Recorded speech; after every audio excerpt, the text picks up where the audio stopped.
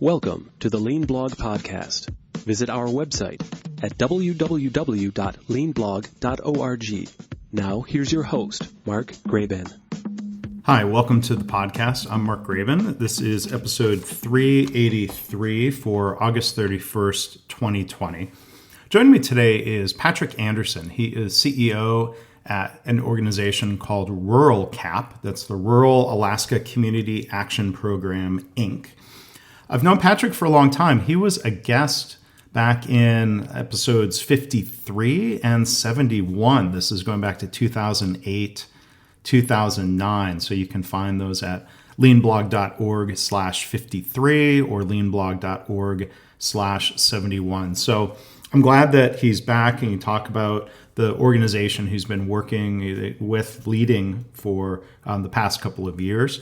We're going to talk about how he first got introduced to Lean. He's big into the Dr. Deming philosophy. He's really working at trying to change the culture away from command and control. He's trying to focus on respect for people within the organization. Patrick has a lot of great insights to share, and I'm really happy he's here with us today. Well, again, our guest today is Patrick Anderson from Rural CAP. He's the CEO there. Patrick, it's so great to have you back on the podcast again. How are you? I'm doing just fine, Mark. And since I was on the podcast last, you have adopted video. So it's real nice to see your face as I talk to you. It's good to see you, and a little glimpse into the beauty of Alaska. But listeners now might not have heard the episodes going back 11 or 12 years ago, and people can go revisit those. But if you don't mind, Patrick, if you can introduce yourself to the audience. You've got a really interesting background, and maybe kind of weave that into how you got introduced to Lean and related concepts. Oh, absolutely. So I'm actually an attorney and licensed to practice in the state of Alaska since 1978. I never really liked law practice all that much. I was decent at it. I made a living. But as one gets older and begins to see that there are a lot of unmet needs out in the world, I made a career choice, a decision to change careers. And it was pretty modest, but I actually ended up being hired by one of our Alaska Native regional nonprofit organizations. And I was working for Chugachmute when you interviewed me the first two times. So I spent about 9 years there. And that was where I got introduced to Lean. It was in my second year. The first year that I was there, actually, it was only about 4 or 5 months. Initiated a lot of change. I'd had a considerable amount of business experience by that time. And so we started doing improvement events, but it was not structured. It was not formal. And I got my introduction to Lean because of my involvement with an Alaska Native Regional Corporation, a for-profit corporation, former Fortune 750. It's not a very well-run organization. I tried to bring Lean to it. I couldn't find an accepting environment. But it was through my service on the board of one of our subsidiary plastics companies that I met Brian Jones. Brian was wonderful. He sat down with our board for a 30-minute lunch in Clinton, Massachusetts, and he explained to us their adoption of lean manufacturing. My question to Brian was, are you planning to extend it to administrative processes? When he said yes, I was off and running. Mm-hmm. I came back to Anchorage. I talked to my executive team. Interesting response to it. Almost everyone buys into what the CEO says. It's just sort of programming that you want to survive in your job. You say yes to whatever it is that they propose. Well, I did that. I went off to the Shingo conference in Lexington, Kentucky in 2004. Brian was a guest speaker there, but I ran into a couple of lean practitioners, and we did engage two of them. The one I really enjoyed was Dr. Tom Jackson. Mm-hmm. We had him up for 6 Kaizen, and that started my serious learning. I'm a bookworm anyway, so I read considerably. So that was the introduction and background that I had, and that surprisingly enough was 16 years ago. And in those 16 years, it's been an incredible journey. And that plastics company, that was Nipro, and Brian Jones was the CEO of Nipro. Yes, he was the president CEO. Yeah. Interesting story is that they were bought out later. They were a employee-owned company, and when a number of long-term employees started retiring, they were entitled to be paid out for their shares, so they ran out of cash. And they sold to a company that had actually adopted Lean 2 years ago and had hundreds, if not thousands, of improvement events.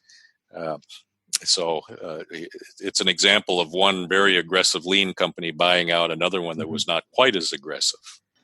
So one thing you and I share in common is exposure to the ideas of Dr. Deming, W. Edwards Deming, before really getting deep into Lean. So I'm sure we had explored that in previous episodes, but I was wondering if you could share some of your perspectives on that. Absolutely. I'm just mesmerized by Dr. Deming. And as I have now 16 years of experience, I understand his frustration at the message he was giving not being accepted in the United States. But my introduction came, interestingly enough, through my tribal roots in Southeast Alaska. My dad and stepmom live in Metlakatla before they passed away. And Larry Rocheleau was their superintendent of schools. He then went up to the Bureau of Indian Affairs boarding school that my mom went to. It had transitioned into state ownership and adopted a unique method of education that was based on Deming principles. So instead of getting grades, instead of being told that they had to do this curriculum piece and that curriculum piece, they ended up with portfolios. They ended up with a less structured environment, but more driven by performance measurement. So the concept of control charts and averages and variation played in. Well, when I left Juneau, practiced law for a little while, the Chugach School District, which had been the recipient of a Baldrige Quality Award before I got to Chugachmute, had been a beneficiary of Mr. Rocheleau's experiences, and they introduced the same concept for a very small rural education system. So I studied a lot of Dr. Deming, and I saw the wisdom of what he had proposed when he wrote Out of the Crisis.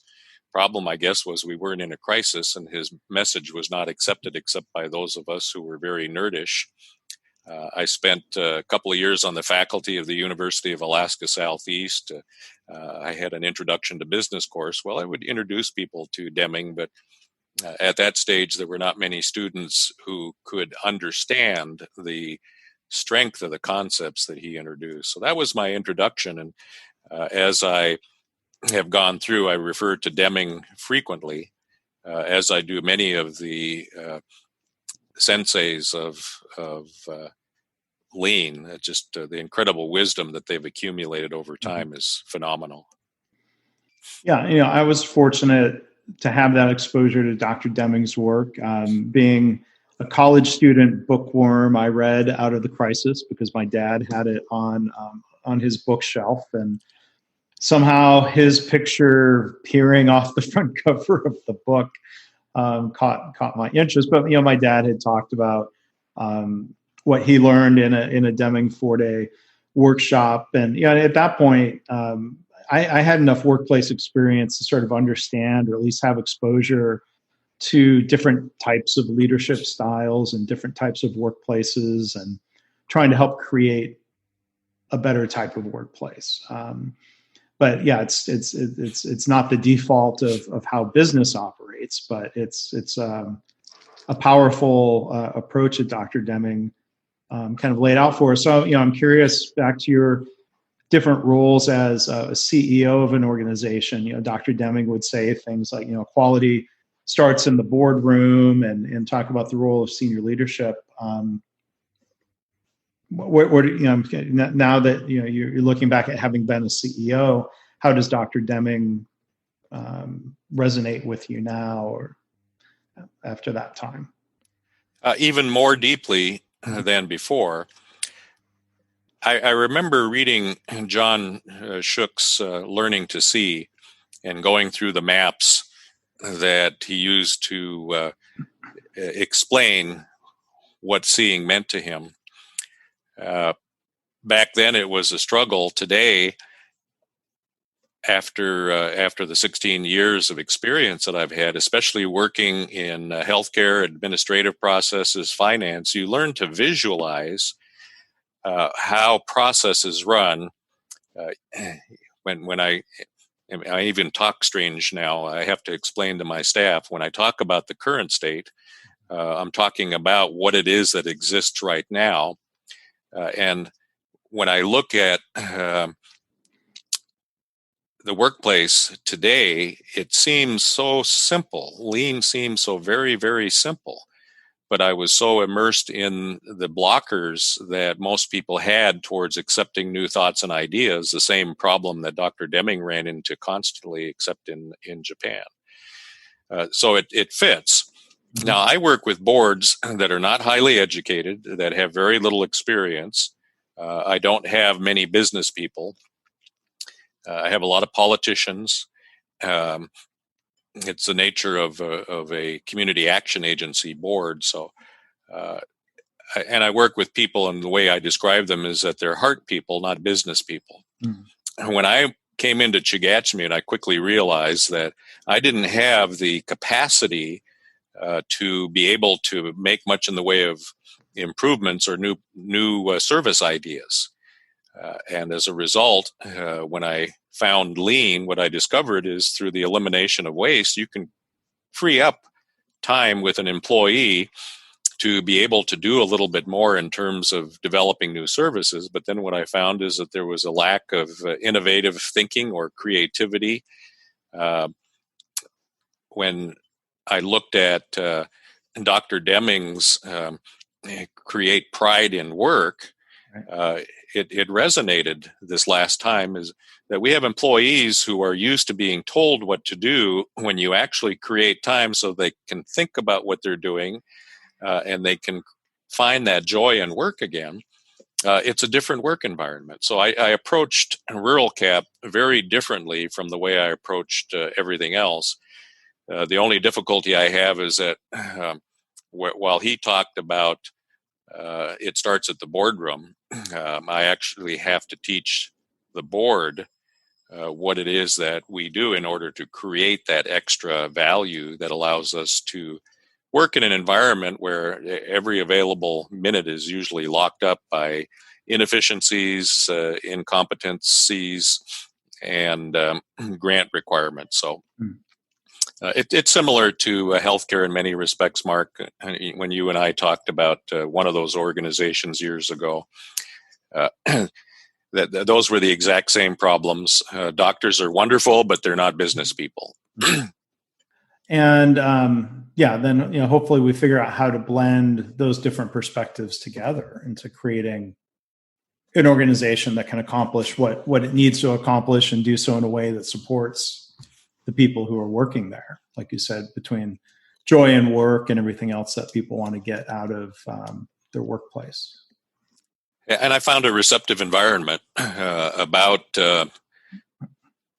a year ago, we went through our performance evaluation process, and my chief people and culture officer had heard what I was saying about Deming and not really liking the type of performance evaluations.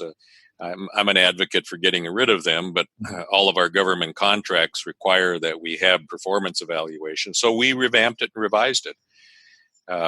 It saved us about 400 hours of effort, according to the calculations of my chief people and culture officer.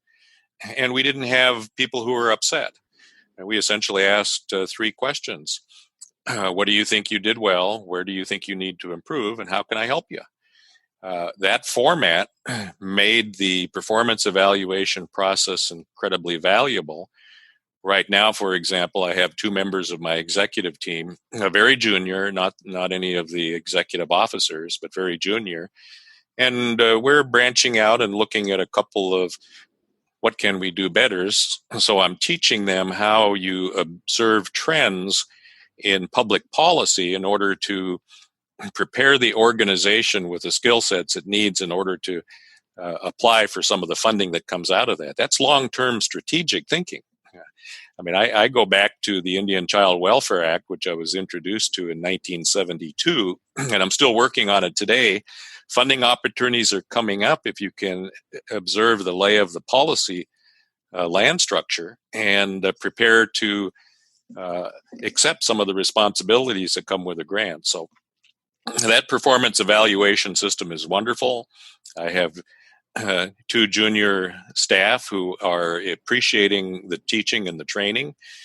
I let them go off and do their learning and exploration, which is, again, something that I learned with Lean. When you have good standard work, when you know that mistakes are common, then it's easy to let someone go out and propose a course of action, begin to explore it, come up with mistakes or errors. They may come back for a little bit of coaching on how they address it, and then send them out to make more mistakes and errors, just as long as they improve whatever it is that they're finding that constitutes a problem.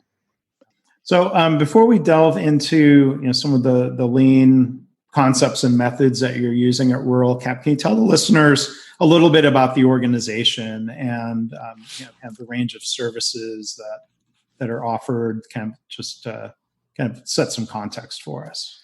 Absolutely. We are what's referred to as a community action agency and funded through a program called the Community Service Block Grant Program.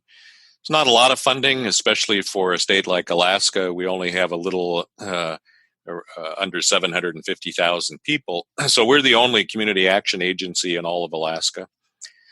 So what we do is we are charged with listening to the voice of those who live in poverty and try to develop strategies that help them escape poverty. And so the programs that we have, interestingly enough, are ubiquitous throughout the community action agencies, about 1,300 of them in the United States. So we run a Head Start program. Mm-hmm. It's been around for almost as long as we have, and we have 24 sites around the state of Alaska. Weatherization has become a community action agency program. So during ARA in 2008, when we went through that recession, there was a lot of money poured into weatherization. Individuals who don't have a lot of money, who live in poverty, can't really afford energy costs. And here in Alaska, energy costs are very high. We run a supportive housing program. In 2000, when the city of Seattle put together the first Housing First concept, meaning that homeless people who continue to drink and use drugs are not stopped from being housed because of their continued use, we started that first project here in Anchorage about 2007, 2008. And it's expanded. We have about 270 housing units, but we get very dysfunctionally operating people. They have typically been homeless, heavy alcoholic use, a lot of mental issues, a lot of some brain injuries, some disabilities. And we house them. We surround them with clinical services, with case management services. And then we do a lot of work in community development, particularly with Alaska Native tribal communities. Last Friday, we just opened a domestic violence and sexual assault center in a little community called Hooper Bay, serving 2 of their additional surrounding communities. So It's a wide range of services. My goal is to try and see how we can actually move the needle on people who are in poverty. And so with my lean background, digging into root cause analyses really benefits the organization. So in a nutshell, Mark, that's what we do at Rural Cap. A lot of community programs trying to alleviate poverty among a population of about 150,000 people. Well, it's obviously, it's very important work. How do you decide then, with that range of services and needs and priorities, where to focus Kaizen activity or improvement events? Tough question, but I worked on intuition when I arrived. The board had relieved 2 CEOs in the prior 2.5 years. I was hired as an interim, and when I walked into the office for the first time, I did not have an executive team. They had all started bailing. Other staff were looking for jobs. It was truly an organization in crisis, and it was basically no Kaizen. I was walking into an organization that had no experience whatever in quality improvement or process improvement other than what the government had done through GIPRA and the Results-Oriented Management and Accountability Act. And most of that was Band-Aids. And so I had to address a number of crises. I had to hire an executive team. So what I started off with, I found one of our facilities staff who was amenable to converting one of our old, we have an old building, and this was used to be an old mop room. It had a shower in it. It had a sink that had seen many, many years of use. And so I introduced, through our contract with a janitorial service firm, a Kanban system. And so David went into the room, he cleaned it up, he pulled out the shower, he cleaned out the sink, put in shelving, and we analyzed the supplies that the janitorial service used. Came up with the idea as I walked through a whole bunch of spaces going to the Gemba, and found that we had toilet paper, we had paper towels, we had cleaning supplies. We probably had 2 or 3 years stuffed in different nooks and crannies around the building, a 30,000 square foot building. So we put together a Kanban system. We had the cards, we had a primary bin, a buffer bin, and no contractor is going to say no, so they bought into it. I had staff that were not responding well at the time, particularly the remaining mid-level staff.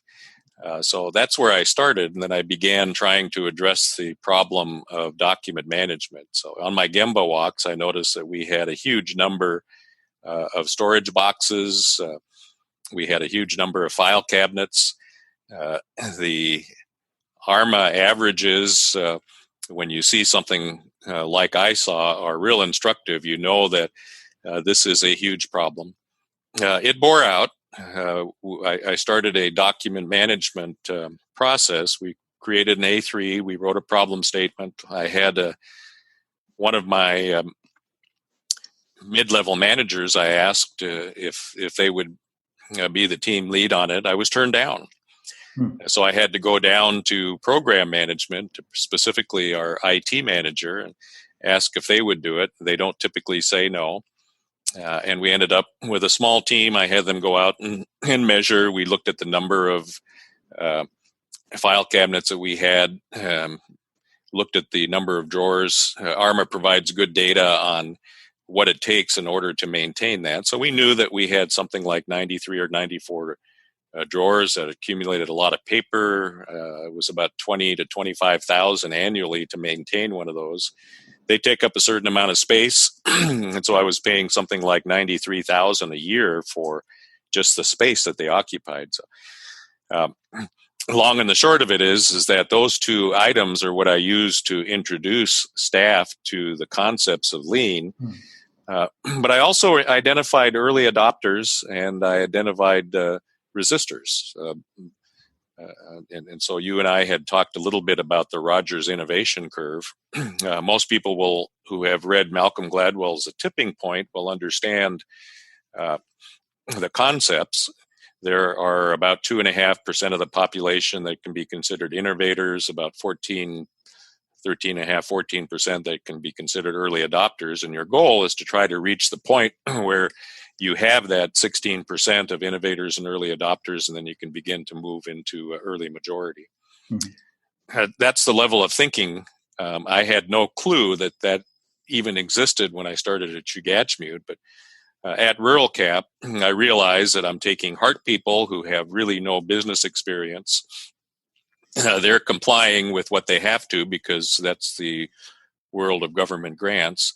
And we began the journey towards learning and understanding what lean principles were all about. But the change management portion of it was the huge part. Yeah, and I think we'll come back later and talk about some of these barriers and what can be done to help get through to people. You talked about introducing staff to lean, and learning, helping people be conversant in the language of lean, the concepts, the methods is one thing. Trying to help gain acceptance is part of that leadership challenge. But I was wondering if you could talk first about some of the training approach that you're using, and in particular how training within industry is a part of that approach. Absolutely. And you are familiar with the work that was done at Alcoa around safety, mm-hmm. and how Paul O'Neill focused. I think the story came out of Chasing the Rabbit by Stephen Spear, but instead of going in and talking about how he was going to save the company financially, he stood up and talked about safety. Yeah. That's similar to what I did. When I began speaking about safety, I had a team of executives to hire, and I was able through the hiring process to acquaint my executives with lean thinking.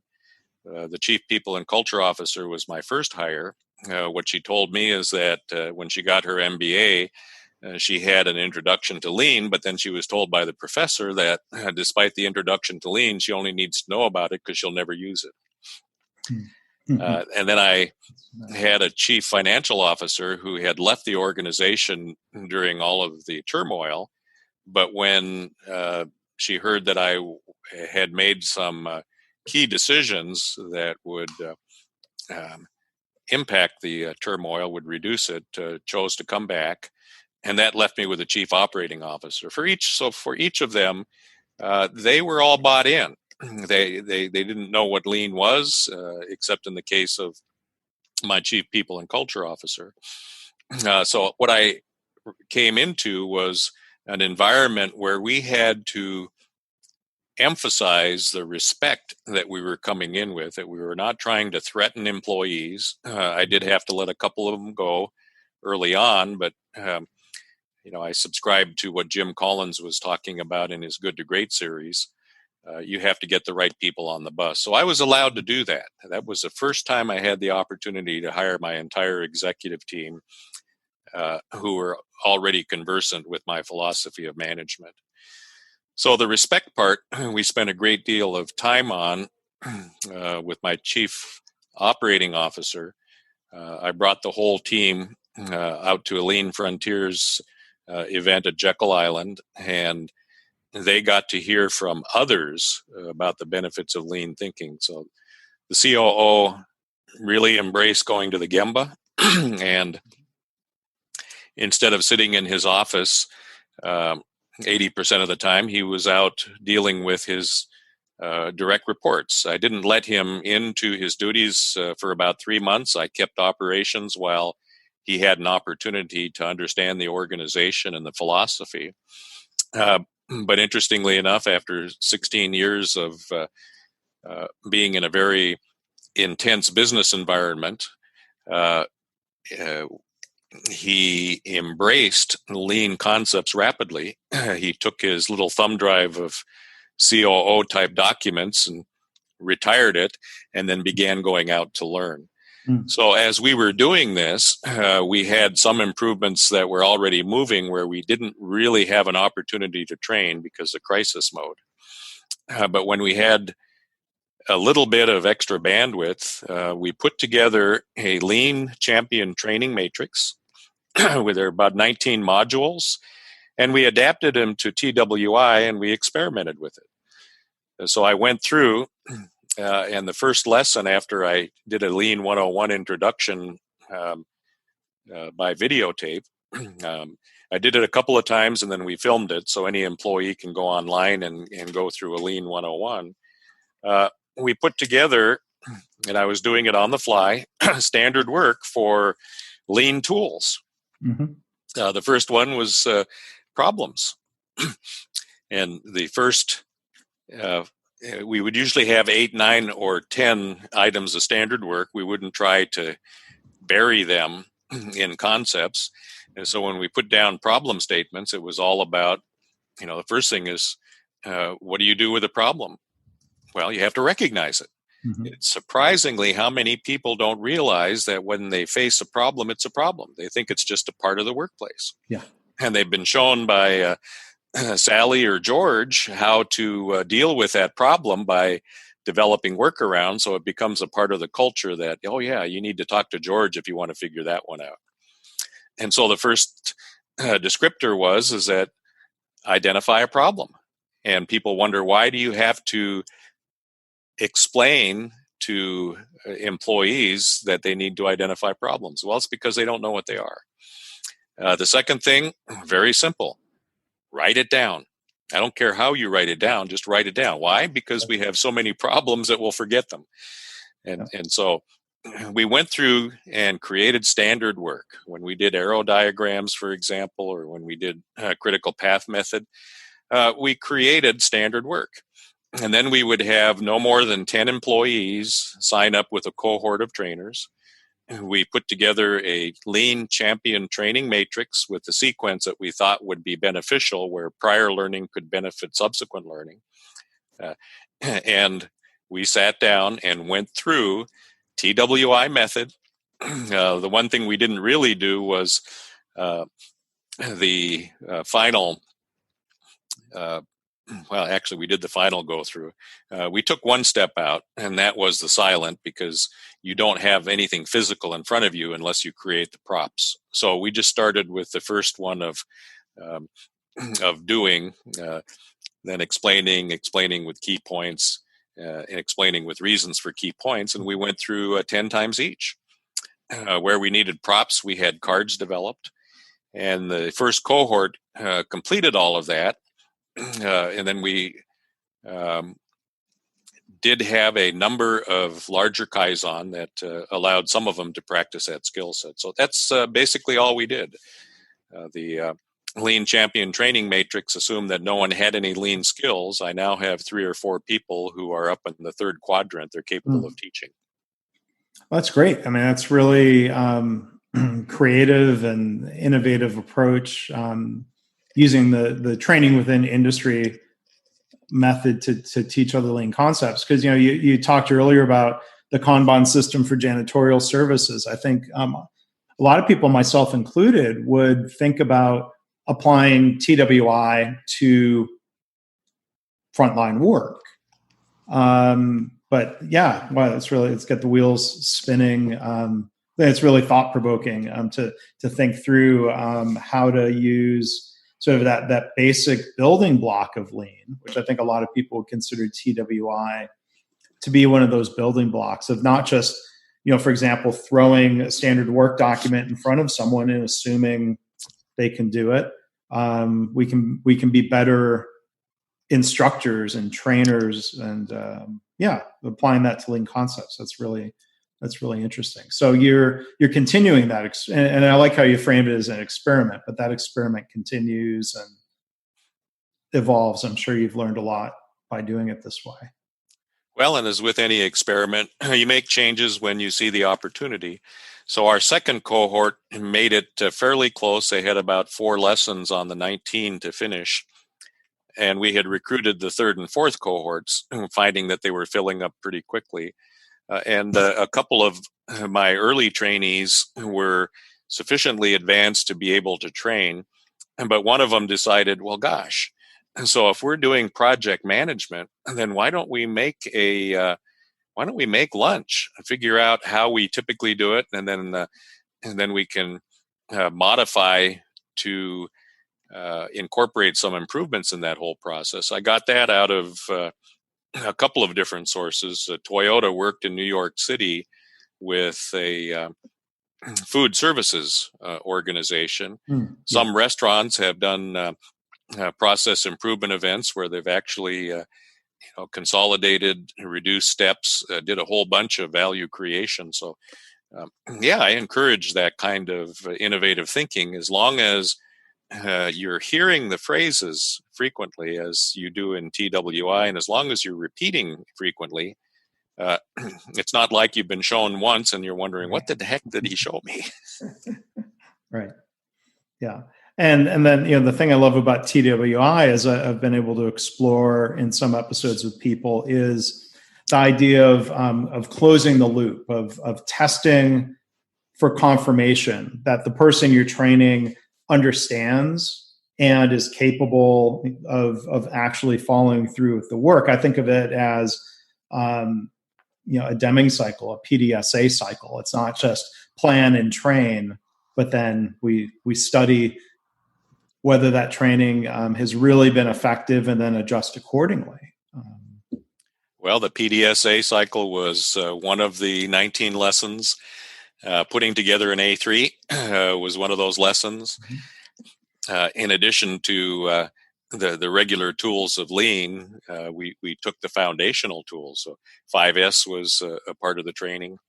What it means is that at the end of it, we had 10 people who was acquainted with the language of Lean, and then we had another 16 or so in the second cohort.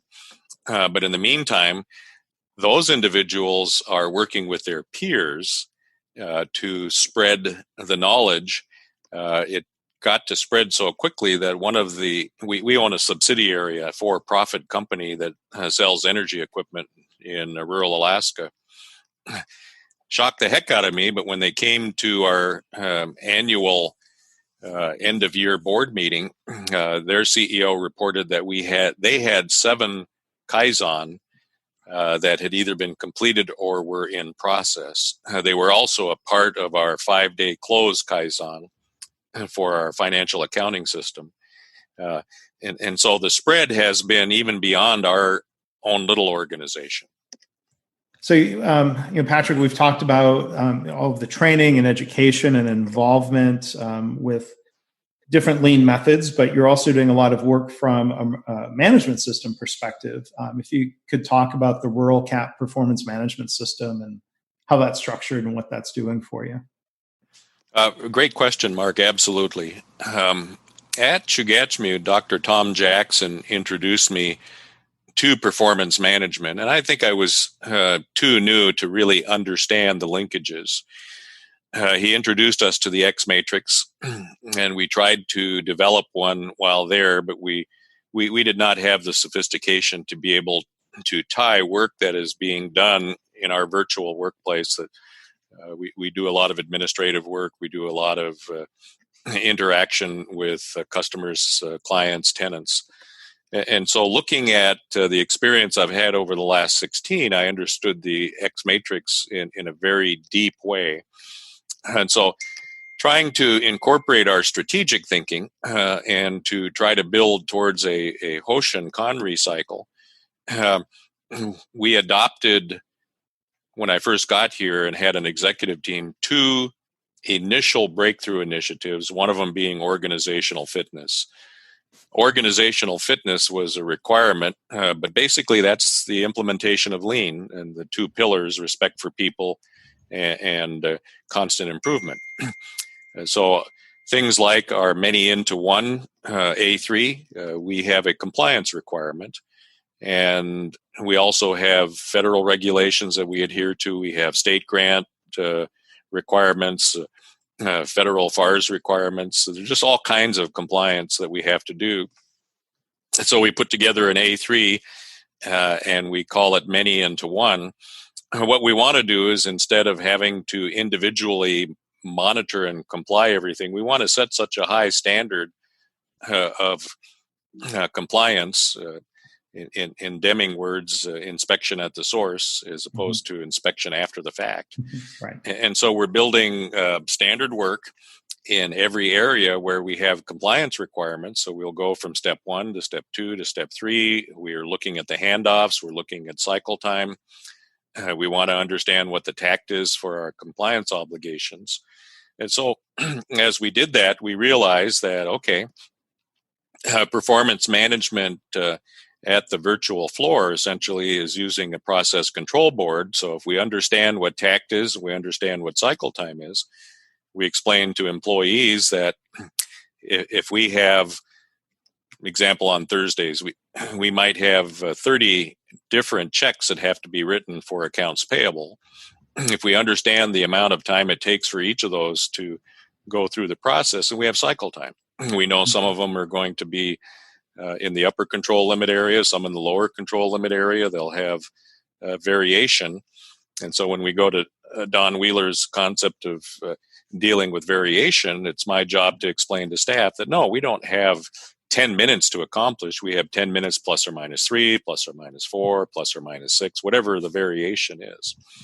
So as we build that from the virtual floor, it goes up to an A3 or through standard work, and then it goes up to the executives who are each managing projects, and then they ultimately come up into my X matrix where we have performance targets, where we have teams defined, where we have project management plans in place where we're monitoring according to the amount of time we feel it should take. We're still working with it. Karen Martin has a brilliant process for determining prioritization. And so we're not interested in tackling project after project. We want to understand, as Karen talks about, what's the cycle time for a small project? What's the cycle time for a medium and a large one? We developed our Kanban boards with story cards to be able to look at what we have as backlog, what we have as in the prioritization or to-do column. It's actually successful in our grant management, our communications and development team. They did an initial Kaizen. I didn't have any real experience with Kanban boards. I've not had a crew that was really accepting of it. Mm-hmm. But during the Kaizen, I threw out a couple of proposals. I said, well, let's see if we can develop a Kanban board. Since we had a process of writing grants, there was a very specific process in place. They had a list of all of the interactions that had to happen, everything that had to be prepared, the handoffs. So we did a critical path method analysis. We looked at handoffs. We looked at the standard work that had to happen. And we realized that this was a great way to monitor. If someone was thinking of a grant, they could put it into backlog. And when we looked at priorities, we had existing programs. We could very easily prioritize in the to-do column. And because they understood how long it took them to do an average grant, we could create space. They used the agile processes of taking a calendar and blocking out 1 or 2 or 4 8-hour blocks and specifically dedicating to them. And then we're in the process of figuring out, okay, so Mark Graben committed that he would have the budget available as a part of a pull system at this particular point. Well, that budget could be done before the handoff was required according to the CPM method. I know this is getting complicated for more people, but this is why I think it's so simple.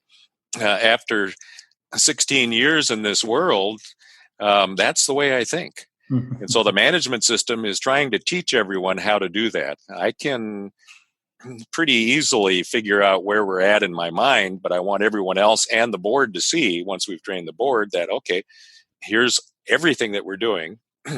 Here is the progress that we're making.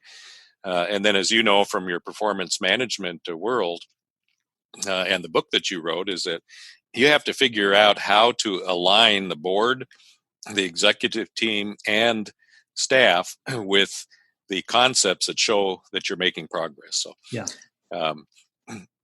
it's really a lot simpler than it sounds and looks. It's just a matter of we have to teach people what it's all about. Yeah.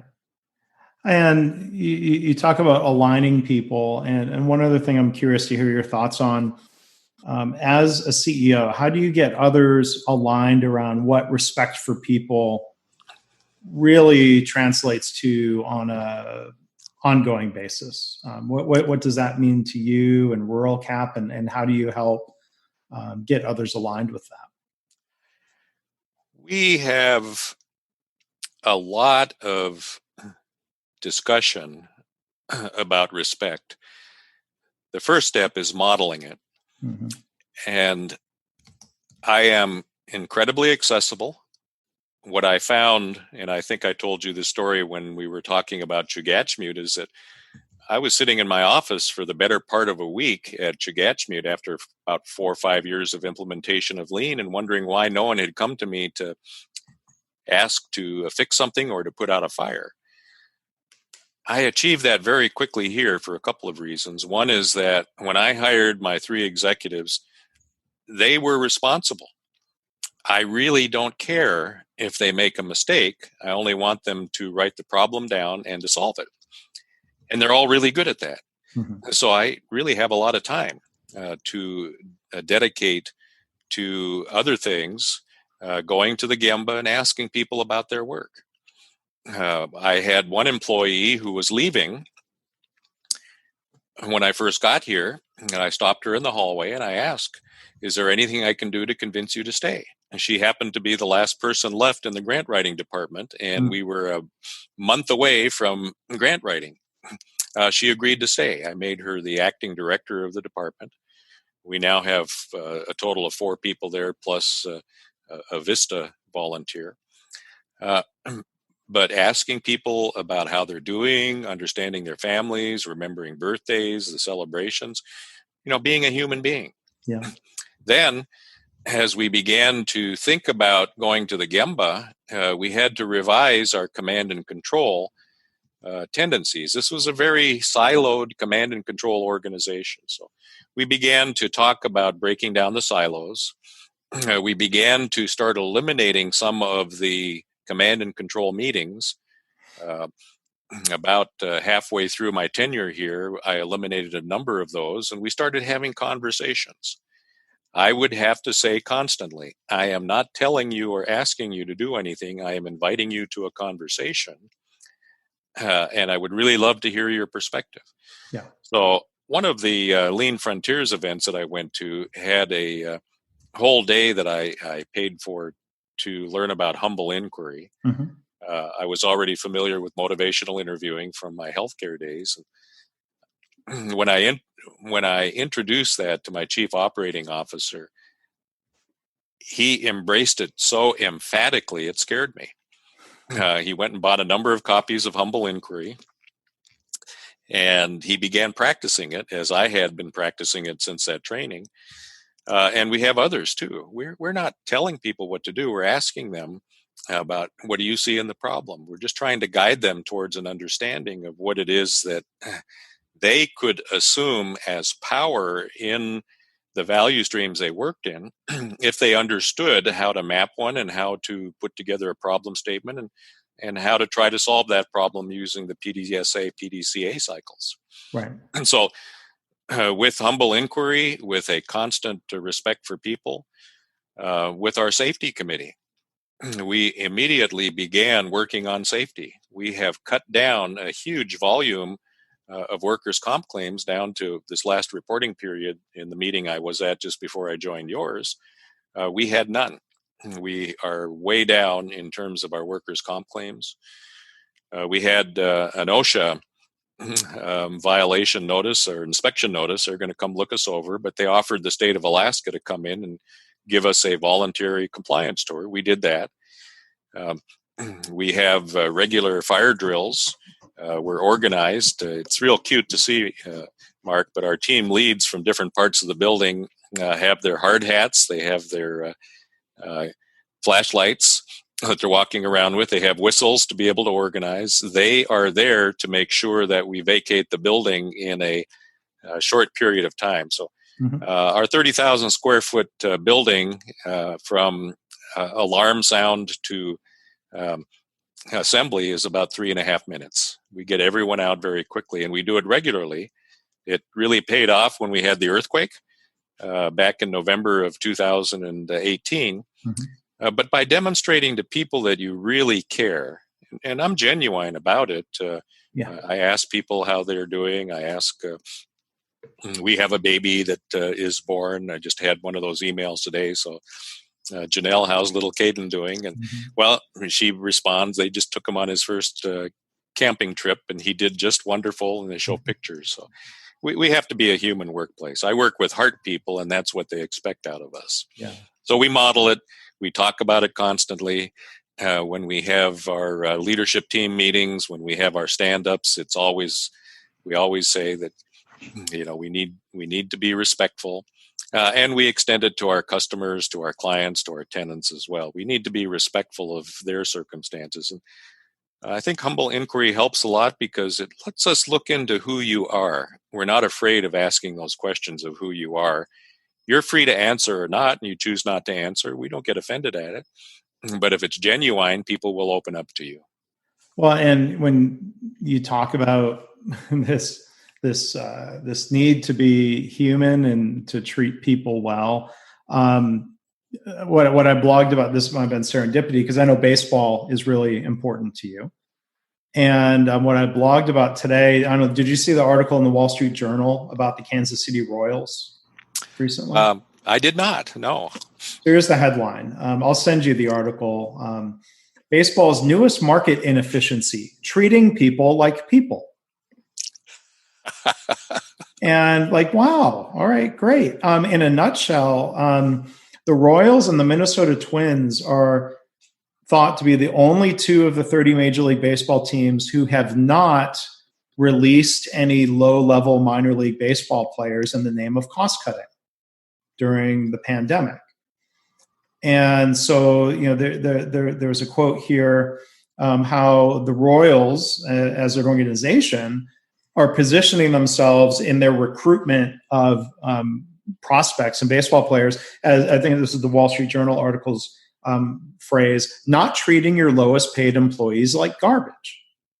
So good for them, but it's strange that seems so unusual or so noteworthy to treat people like people.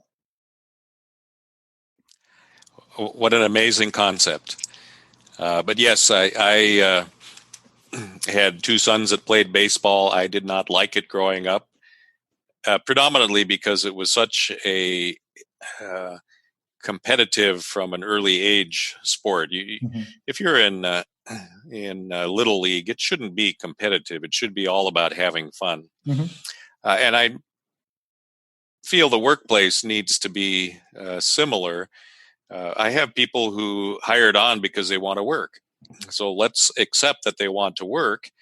Let's accept that there are fun parts of work, but there are parts that are not so much fun. And let's make standard work, solve problems, and make the non-fun parts more fun. And then let's begin to think about how we can solve the problems that we face every day. That's the creative and innovative part.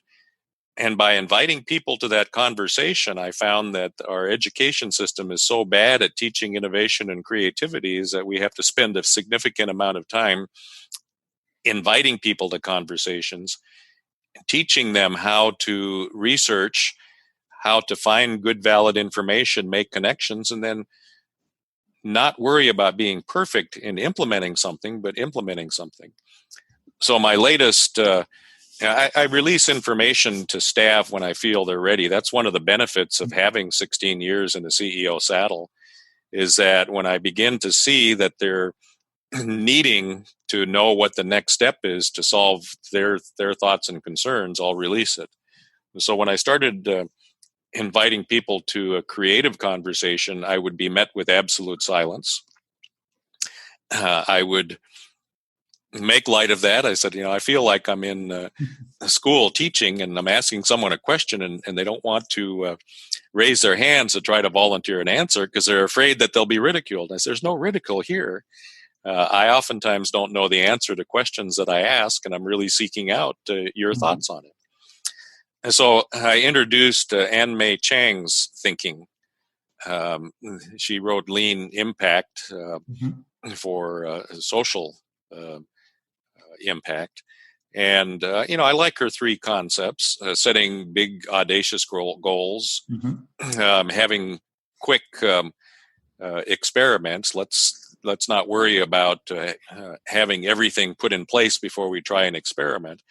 And let's accept failure, because failure is a common part of every organization. And so having fun, being creative and innovative, realizing that innovation and creation have as their stepchildren the multitudes of failures that occur before you find something that works. So let me just share one with you. I encourage my staff to submit an application for a Chan Zuckerberg grant, a 5-year, $1 million grant per year. They were reluctant to. We don't have any ideas. So I said, okay, here's something that one of my colleagues introduced to me. We're in Alaska. We don't get fresh vegetables or the fruits that can be grown hydroponically. So let's put in an application talking about sustainable development for villages and hydroponics. We actually scored an 85 on the grant. It wasn't high enough to actually get the grant, but a couple of my staff people in our community development Head Start programs were so inspired by the thought that, without telling me, which they don't have to do, I hear we get a grant from the Supplemental Nutritional Assistance Program to put in 4 hydroponic walls in 4 of our Head Starts in rural Alaska. And it was combined with a pedagogy of teaching children about the biology of plants and how they grow, and to show them that not all vegetables are brown and wilted and of extremely poor quality. That's the innovation and creativity that we can exercise. With the COVID pandemic, what we found is that we have the resources now, because we didn't spend a lot of that grant, to put an additional 3 into some of our Head Starts. And so we're going to have 7 of our sites learning about vegetables and seeing that there's a different side of life. So we're starting to get invitations into the creative and innovative conversation. And it all comes from just showing respect, that I'm not going to beat you up for an idea, because the normal course of human conduct is that if you fail at something, they're going to tease you, they're going to pick on you, they're going to say, oh, you're stupid. I can't tell you how many times that I would make a speaking error and someone would say, oh, and you went to Princeton? It was derogatory. And we all make mistakes, so if we accept that and build it into the culture, we are rocketing faster than I have seen any organization rocket in the nonprofit world, in the health world. So that's a part of the excitement of the job that I have these days, is to be able to invite people to these conversations. And maybe one other thing, Wayne, touch on before wrapping up. I think it's really interesting how you draw on lessons and inspirations from different fields, from plastics manufacturing to different authors and different domains, and pulling that together. One book we both really like is General Stanley McChrystal's Team of Teams. And you mentioned earlier moving away from a command and control culture. So I don't know if you could share what that book means to you, and what some of the concepts are that you're applying. General McChrystal is just downright brilliant. And it only took him something, if I recall correctly, in the neighborhood of 10 years to move from command and control to team of teams. But the leaps of faith that he had to make in the face of an organization in which you have leadership roles for 2 years and then you're moved out, where you have standards that are being taught to you from historical battles that go back a couple of millennia. And the standard work, the things that they do to bring you into the military culture, are hard to fight. And so when I'm reading Team of Teams, And I'm hearing about McChrystal being woken up at night and being given a battle scenario that he has to approve. And he would ask the soldier, "What do you think?" The soldier would tell him, and that's what he usually did. It just told me, and that's consistent with my experience. If you ask me what's going on the virtual floor here at Rural Cap, it's not my area of expertise. I need you to embrace that, but I need you to feel safe in embracing that. But I also need you to have a peer support group that you can talk with it about as you go through the mistake phase, as you go through the standard work and training phase. So we realized we couldn't just let go into a team of teams approach, because as I had two retired Army officers on staff, they taught me the phrase commander's intent. Mm-hmm. Things just happen when you let them know what your intent was. So my intent is to try to show them that I want the lean protocols of respect for people and continuous improvement built in. So we moved gradually to break down our siloed approach. We had 4 division directors. We had 4 divisions.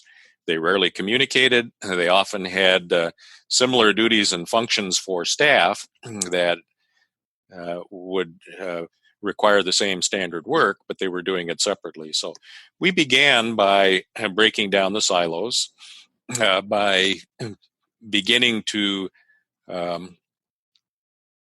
remove the element of command and control, either by retraining or there were a couple of employees at the senior level who were let go. And gradually moving towards collaboration and cooperation, which is what teams are all about, utilizing what they know. Mm-hmm. And so we go back to right now, we're in a command and control of teams because we are trying to teach and train what this cooperation and collaboration is. And the ultimate goal is a very distributed allocation of duties and responsibilities. So if you know how to identify a problem, and you can apply the Nike principle of just do it in terms of improvement, then Nike the heck out of every problem you find that you feel comfortable. If you don't, then go ahead and reach up to your supervisor. If it requires more resources or it's bigger and broader, work up to the executive leadership. If you think it needs me, I'm here. Come talk to me. Yeah. And so that's where we're at right now. We're still probably navigating our way through the teaming approach. We're acquainting our board with it because every board report, every division report, we will talk about the team lead, which of course is part of every A3. You have a team lead who is just there as kind of a peer, but responsible for making sure that everything is coordinated. So that's where we're at. It's just a brilliant concept. I became acquainted with Margaret Wheatley's work on management, mm-hmm. and basically how the world is chaotic, and that chaos ends up finding an outlet when you let all the parts work. Mm-hmm. And so we figure with training, with good strategic direction, with permissions being granted according to a structured process, and then having an outlet for creative and innovative thinking, that team of teams will actually work.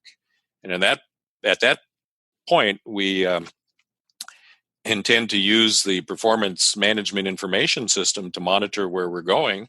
This does require that you identify problems quickly, and we have systemic problems that very few of us are trained yet to recognize. We hope to have a lot more of that. But when that comes up, we need to identify the problem, put together a problem statement, analyze the current state, look at a future state. All of that language, when it's common, will facilitate a true team of teams approach. And I've not heard of anything similar being done within the nonprofit or hospital world, but you're more conversant with the hospital world than I am.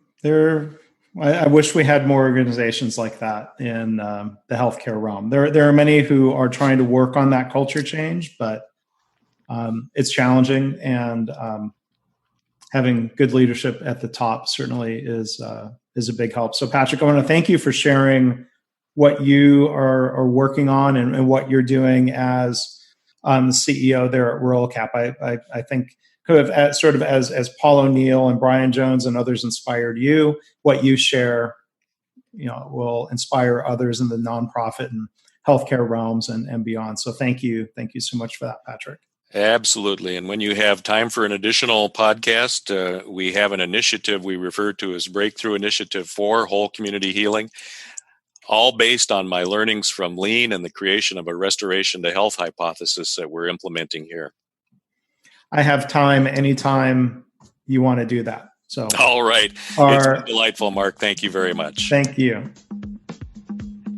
Thanks for listening. This has been the Lean Blog Podcast. For Lean news and commentary updated daily, visit www.leanblog.org. If you have any questions or comments about this podcast, email Mark at leanpodcast@gmail.com.